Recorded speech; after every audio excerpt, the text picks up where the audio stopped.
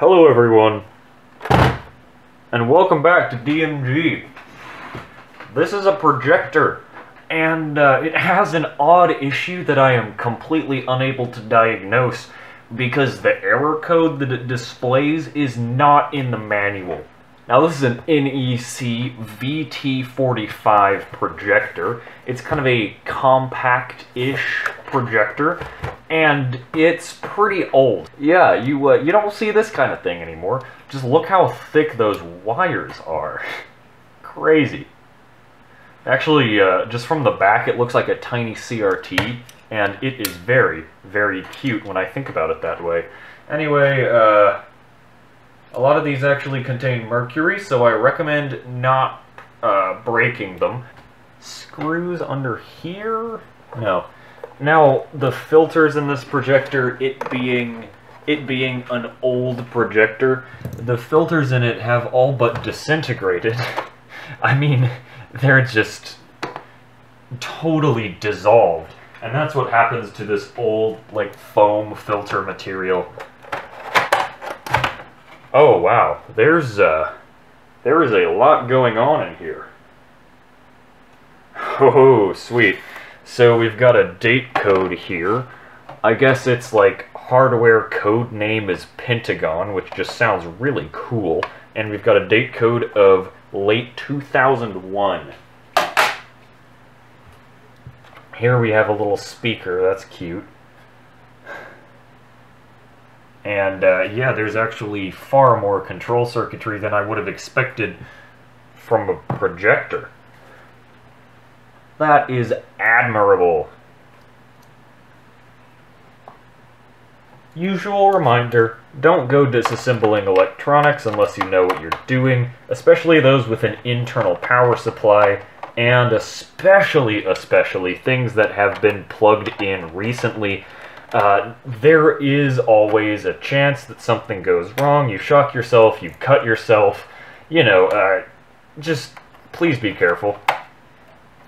As I am prying wires out with a metal screwdriver. Don't follow my example. It's interesting, the fans in here are all 2-pin. That's not a thing you see anymore. Even, you know, fans inside small devices are usually like 3 or 4-pin. Oh, wow. I'm seeing some really thick wires. Here's a tip. If you're seeing big, thick wires, that means you are around the power supply area, and it's a good idea to not let your screwdriver slip onto the wrong pins. Or no, that's actually for the lamp. Good lord. That's like 0.5 gauge wire. Like that is industrial extension cord thickness wire. Old projectors are a great way to get like high quality precision optics without paying handsomely. Because, you know, especially like higher end projectors are built with really, really nice lenses. You know, I don't care about this board. There we go. That was really the only way to get it out. Ooh, we got some actually pretty looking chips in here. We have this Pixelworks. I assume that's the main image processing circuit. Then this NEC Uni 5 chip. And then is this a Philips? Yeah, that's a Philips. And these are actually good capacitors. These are nice surface mount capacitors. Those tend to be quite reliable. So there's our control circuitry out of the way. Is this optics or is this power supply? Oh no, this is almost definitely optics.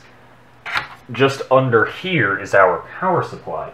And the power supply might actually be worth salvaging because, you know, it's looking like it would be a cool, compact little power supply for a project.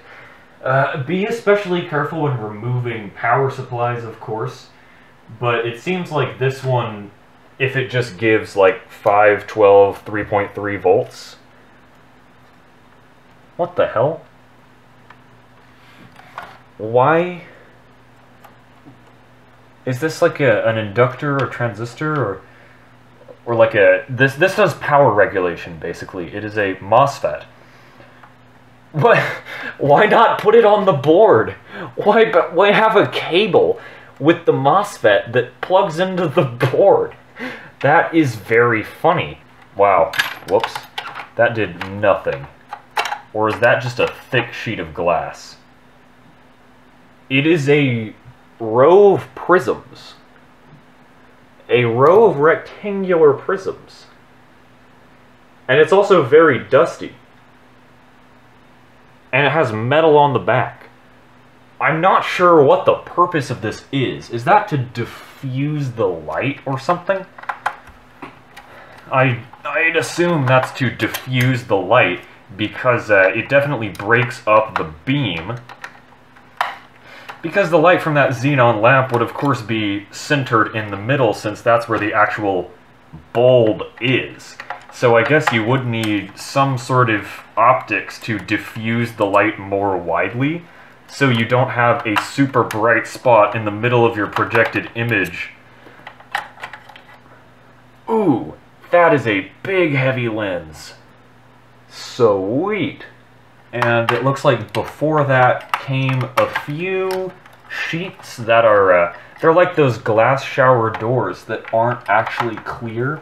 They have those little bumps in them. And again, this is to diffuse the light.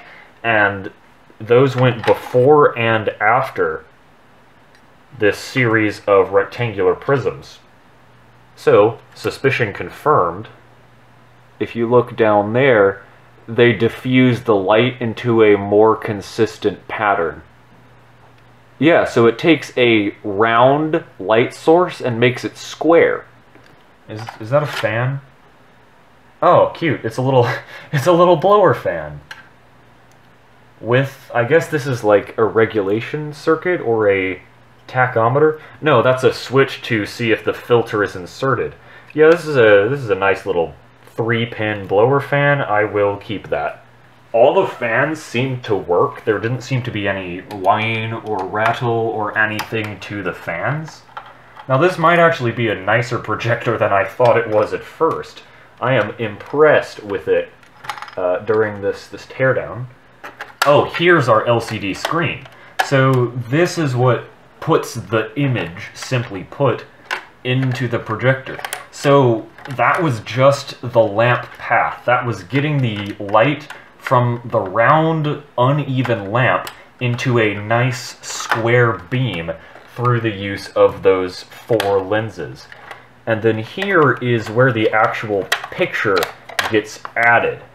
Alright, while I was letting my camera battery recharge a little bit, I took off the shielding for this power supply. This is part of the power supply, by the way. And I concluded very quickly that the lamp is getting a lot more than 120 volts because of the sheer girth of those cables. And then I looked back at the lamp and I concluded, well, to maintain an arc between the anode and the cathode, it could be taking up to like 300 volts. Nothing close to the flyback transformers in a CRT that put out, you know, 25,000 volts, albeit at a somewhat low amperage.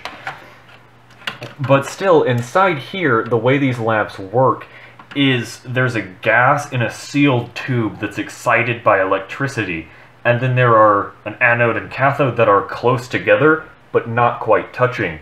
So when the electrons jump from one to the other, which there has to be a super high voltage going through this for that to happen, it excites the gas, and then that's what lights up. But again, there has to be a lot of voltage going through this thing. Okay, well, I got a lot further in the teardown, and then I realized my camera corrupted the footage. I am terribly sorry. But I'm just going to go over the awesome lenses that I found and how it works. So, this big module goes right in the middle of the image path. Let me show you. So, of course, the main lens that just does magnification goes here. But this module each of these screens, I believe, outputs a different color. And this cube here takes, it splits the colors of light. So, for example, we can kind of see that effect a little bit here. But let me demonstrate these lenses to you. So they filter out certain colors of light. Like this one only lets through orangish red. Other lens is just an orange tinted piece of glass. I'm not quite sure what it does. And then this lens is a black tinted piece of glass. Also not quite sure what it does. There are also some mirrors and stuff that I was fascinated with. This one reflects orange light, but lets all other colors of light through. So we can see there's an orange reflection on the projector case down here, but it's letting the white light pass straight through, which is just crazy. So it's got some sort of special coating. And then there's this one that is my favorite. Yeah. I think the best way to demonstrate would be, let me see, where am I? So here's my face. You can kind of see me behind the camera.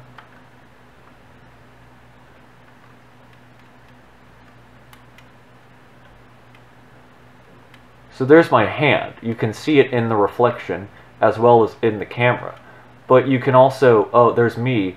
But you can see me in orange, and you can see my finger underneath in blue. So that means it reflects orange light and it lets blue light pass through. You can also see the blue, like, the shadow, I guess, on my hand from the studio lights because it lets blue light pass through. So this is a really, really awesome filter. And then this is, I think this is another of the same thing, but it's slightly more yellow. So those are, of course, to filter out certain colors and let certain colors through. There are some that are literally just big pieces of glass, like these lenses that flip the image upside down. And then there was one that's literally just a mirror that reflects all colors of light, but it's a very nice mirror. Oh yeah, there was also literally just a clear piece of glass. And it was really funny. I joked that it would be a hamster picture frame, but my damn camera had to ruin the joke by erasing my footage. Of course, this is the main lens, and NEC sure weren't lying. That projector sure does project. It takes a laser that's normally that size, and it, wow. That's just the projection effect from like a foot above the surface. But I am mainly super interested in this cube because these screens are semi-transparent, and they create this like reticule on the table. So yeah, I'm going to get this assembly apart.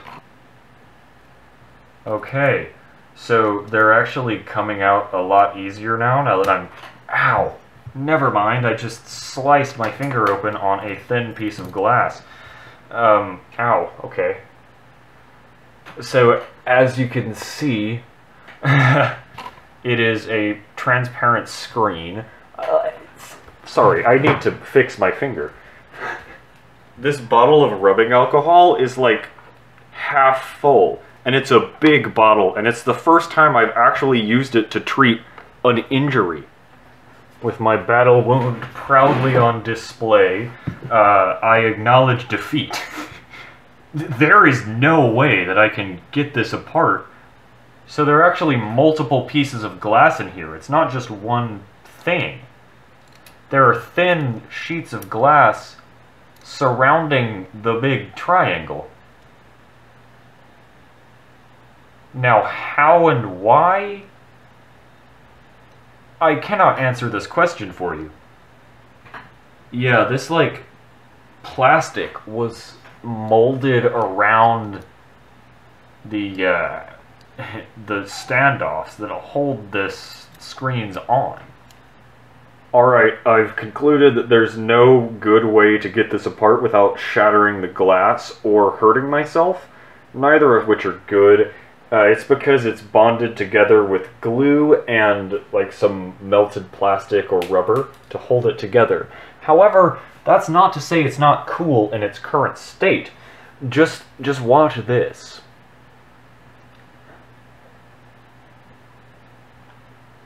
Pretty awesome. So we can see it's working sort of like a prism. It's splitting the light into whitish, blue, and green, and red. And of course that's opposite from the way it would normally work. Those lights would all come together. White light, or rather the different colors of light, would all come through these different filters and then come out as only white light. I actually think that's all I can do, so that's where I'm going to wrap this video up. It was fun to get all these crazy lenses. I will definitely find a use for these in some optics project in the future, but that is going to wrap it up for this video. Oh, Jesus Christ. Ow. Okay, so that's where the reticule is coming from. It also reflects the laser very brightly into my eye. But that's cool. When you shine a laser through one of these screens, in the reflection you can see all I'm holding is one of those little displays. But if I use the laser, it makes this cool grid. Anyway, sorry I'm getting distracted. I'm supposed to be ending the video. And that's it for this one. Thank you everyone so much for watching, and hope to see you next time, and I'll probably do more projector teardowns in the future because this was awesome.